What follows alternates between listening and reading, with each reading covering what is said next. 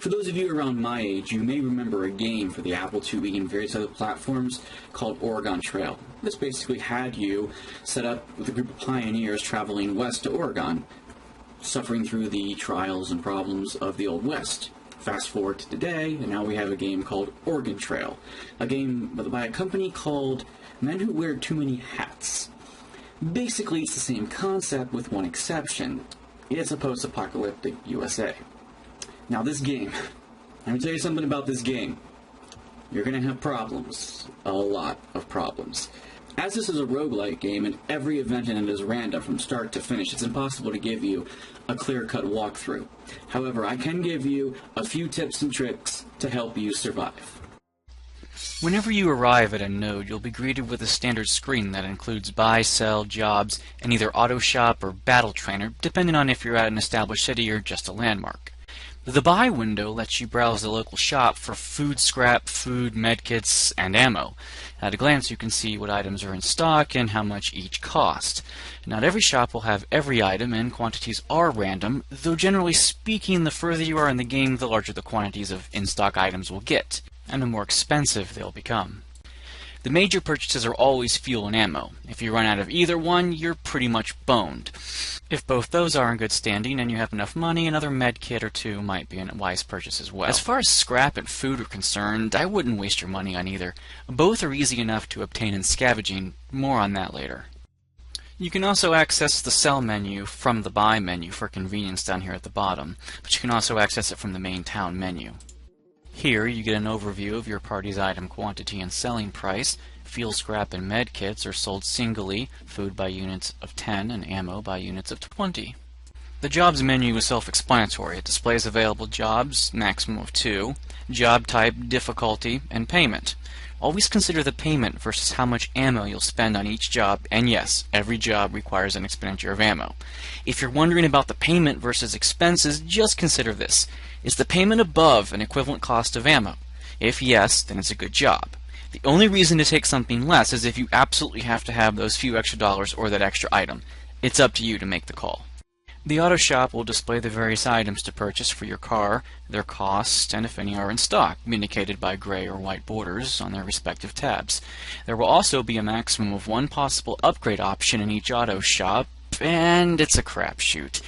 It's the same cost to install a new upgrade or to replace an existing upgrade. You could get an incredible item or one that's total crap.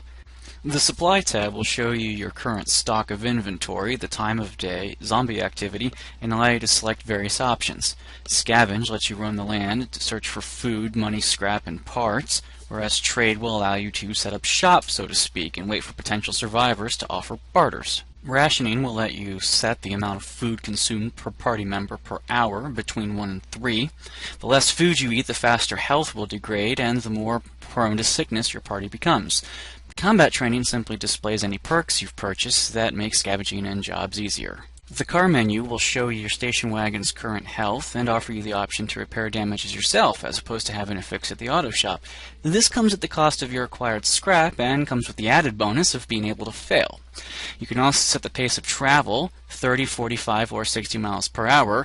This comes at the added cost of the faster you travel, the more likely your station wagon is to break. You can also view any installed upgrades you currently have purchased. The party overview gives you the option to talk to strangers, kill a party member, use a med kit, or rest. Talking to strangers offers flavor text, which sometimes gives hints about the game, but most times just for immersion. As for killing party members go, you only need to do this if they are both infected and near to or incapacitated. Even infected party members, indicated by a green icon next to their health, will remain just fine unless this condition is met. Medkits should be reserved for your main character only.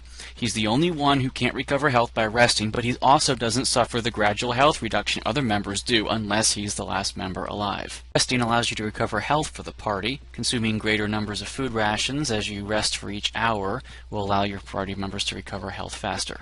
Well, that was a mouthful, but now let's get into the actual tips and strategies that'll help you stay alive. If you need to scavenge, pay attention to the zombie activity. If it isn't low, you'll want to creatively pass time until it gets there. If your party needs to recover health, have them rest for 1 hour. Then revisit the supply menu and check again. Rinse and repeat. If your party's full on health and food is holding, go to the trade option and wait.